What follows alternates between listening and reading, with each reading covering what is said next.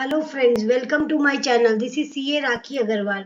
आज का हमारा टॉपिक है section 269 double S of the income tax act.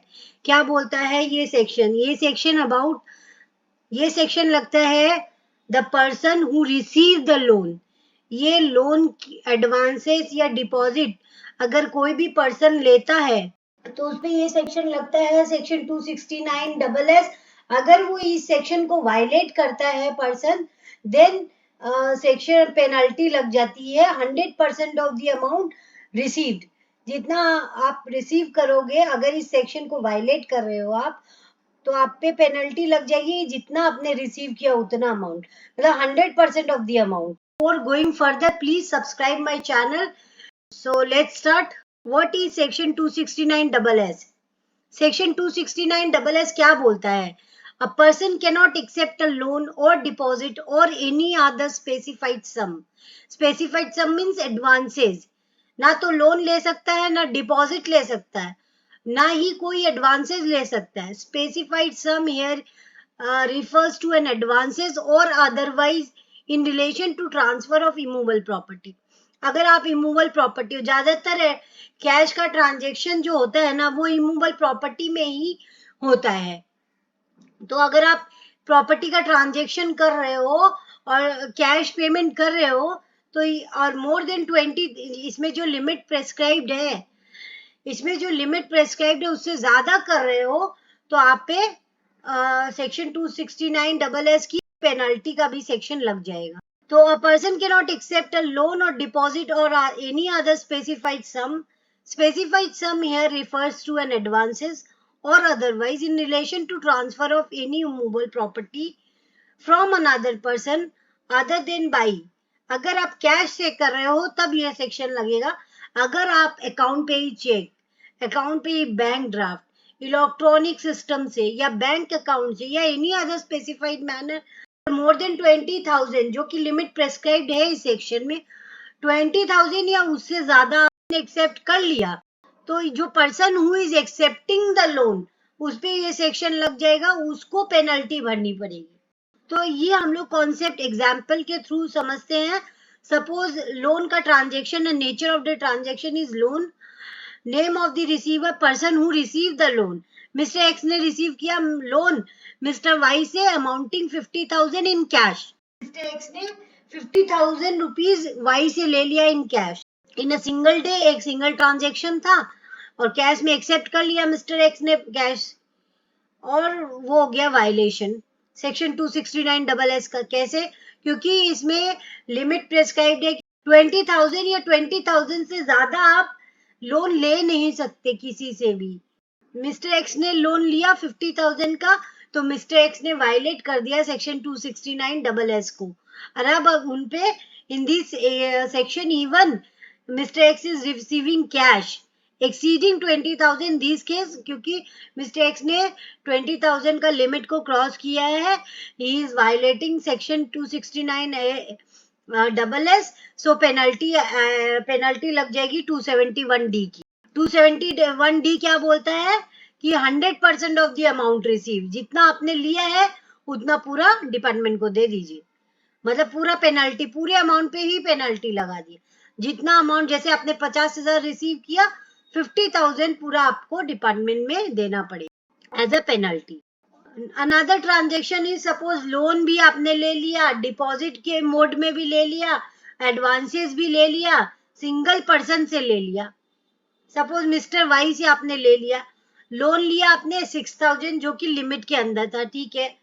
Deposit लिया आपने 15,000, तो 21,000 ये लिमिट को क्रॉस कर लिया। तो और एडवांसेस लिया आपने 4,000, तो सिंगल पर्सन से आपने लोन भी ले लिया, डिपॉजिट भी ले लिया in the form of advances. तो ऐसा नहीं हो सकता। आप एक ही सिंगल पर्सन से लोन के मोड में या डिपॉजिट के मोड में या एडवांसेस के मोड में ब्रेक कर करके भी नहीं ले सकते, ये भी अलाउड नहीं है।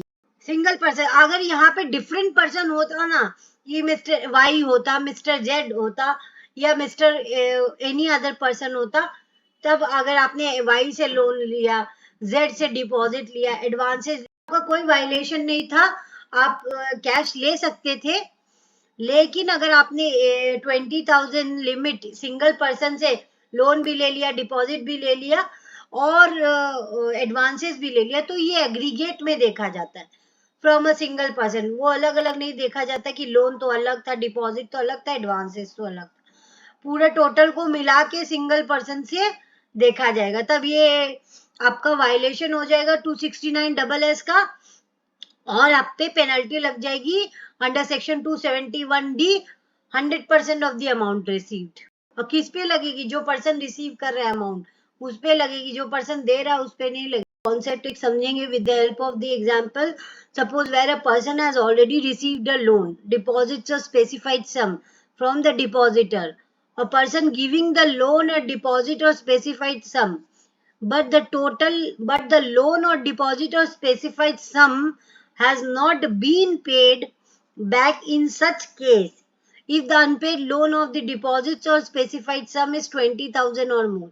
अगर आपका अनपेड जो है लोन या डिपॉजिट फ्रॉम अ पर्सन 20,000 और मोर हो जाता है, तभी भी सेक्शन गेट अट्रैक्टेड और वायलेशन हो जाता है 269 का, और पेनल्टी लग जाती है 271D में।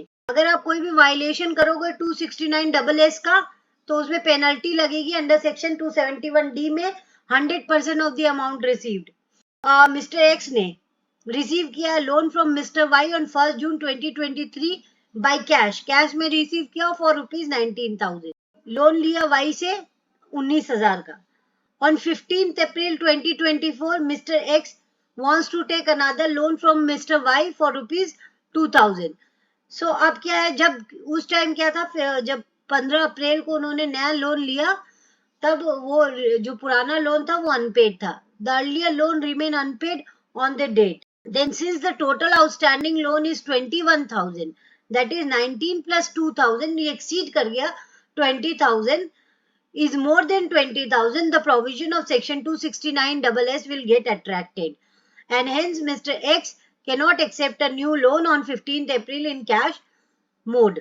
अब आप कैश में नहीं ले सकते, क्यों? आप अगर लोन लेना है आपको तो आप चेक से लीजिए, आप थ्रू एनी अदर मोड से लीजिए, लेकिन अगर आप कैश में ले रहे हो तो वायलेशन हो जा रहा है सेक्शन 269 का, और उस पे पेनल्टी लग जा रही है।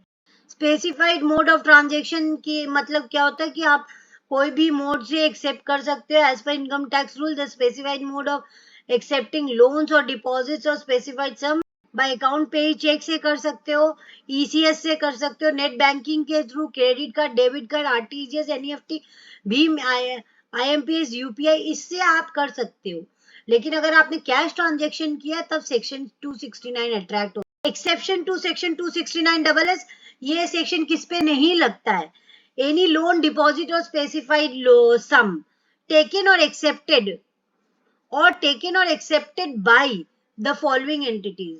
अगर गवर्नमेंट कंपनी कुछ लोन ले रही है, कुछ डिपॉजिट ले रही है, या एडवांसेस ले रही है, या प्रॉपर्टी सेल करके उनके पास कोई कैश है, तो गवर्नमेंट कंपनी को सेक्शन 269 नहीं लगता, उनको ये माफ है।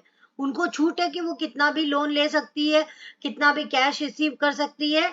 Banking company, post office, cooperative bank, any corporation established by central, state, provincial act, any government company as defined in clause 45 of the section 2 of the Companies Act 2013, any institution, association, body, class of institution, association or body notified in the official gazette.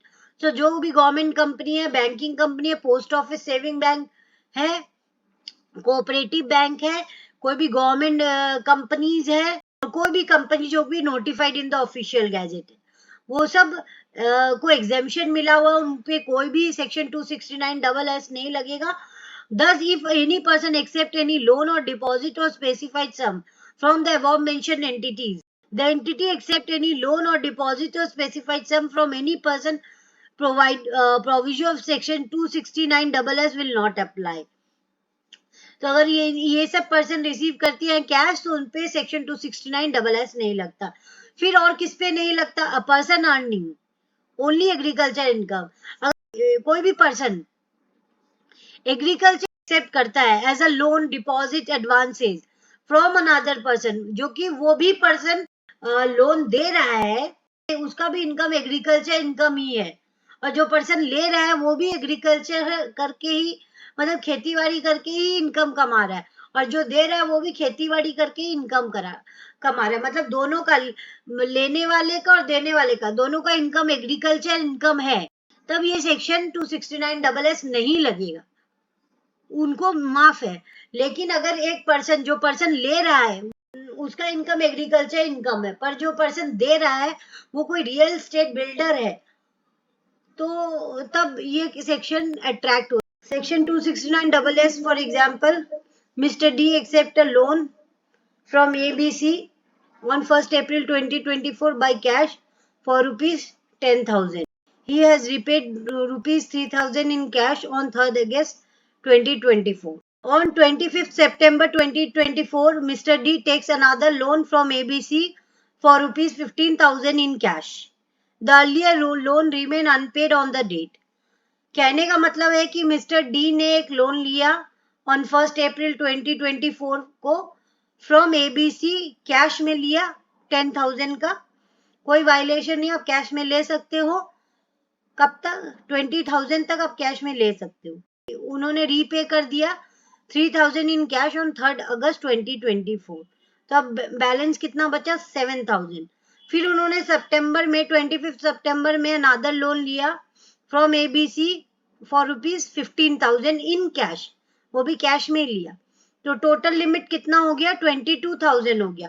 Since the combined loan outstanding is 22,000 because earlier loan is remain unpaid on the date, अब total loan outstanding कितना हुआ, 22,000 because 10,000 minus 3,000 plus 15,000, so outstanding loan पड़ा है 22,000 which is taken from a same person which is more than rupees 20,000 as prescribed under this section. The provision of section 269 are violated and penalty under section 271D हो लग जाएगी 100% of the amount received, मतलब जितना उन्होंने receive किया उतना पूरा penalty लग जाए। Another example is Mr. L accept a loan of rupees 12,000 in cash. Mr. L ने एक लोन लिया 12,000 का in cash from Mr. S and deposit rupees 15,000 in cash from Mr. Z. उन्होंने एक लोन लिया Mr. S से 12,000 का और एक डिपॉजिट एक्सेप्ट किया 15,000 का from mister Z on the same day, एक ही दिन में उन्होंने दो ट्रांजेक्शन की, पर ये डिफरेंट पर्सन से थी, so section 269 is not violated as the amount is not more than 20,000 from one person, मतलब एक पर्सन से उन्होंने कैश में इवन दे रिसीव्ड, पर उन्होंने वायलेशन नहीं किया सेक्शन 269 का। पहले तो loan is a different thing and deposit is another different thing, और फिर पर्सन जिनसे मिस्टर एल ने लिया वो मिस्टर एस से उन्होंने लोन लिया और मिस्टर जेड से उन्होंने डिपॉजिट लिया, तो दोनों टू सेपरेट पर्सन थे, नॉट अ सिंगल पर्सन। अगर आप सिंगल पर्सन से लोन भी ले लेते और डिपॉजिट भी ले लेते तब ये वायलेशन हो जाता सेक्शन 269 का, लेकिन the person are two different person, so section 269 का वायलेशन नहीं हुआ। आप डिफरेंट पर्सन से विद इन लिमिट कैश ले सकते हो, उसमें कोई वायलेशन नहीं है, लेकिन आप सेम पर्सन से लिमिट के ऊपर अगर कैश लेते हो तब वायलेशन हो जाता है। On 12 December 2024, Mr. H took a cash loan of rupees 10,000 from Mr. L and accepted a further loan of rupees 9,000 from Mr. L by account pay check. पहले उन्होंने क्या किया, मिस्टर एच ने एक कैश लोन लिया ना 10,000 का mister L से, फिर एक फर्दर लोन लिया 9,000 का मिस्टर एल से बाय अकाउंट पे check.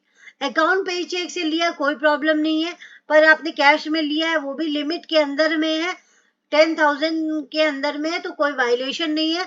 Since the new loan is taken in a prescribed mode, there is no violation of the provision of section 269 क्योंकि आपने अकाउंट पे चेक से लिया है और वैसे भी लिमिट आपका एक्सीड नहीं कर रहा है 20,000 से ज्यादा, तो आप पे ये सेक्शन नहीं लगेगा। क्या पेनल्टी का कॉन्ट्रावेंशन है, Violation shall attract a penalty under section 271D, which is equivalent to 100% of the loan or deposit or specified sum so taken or accepted.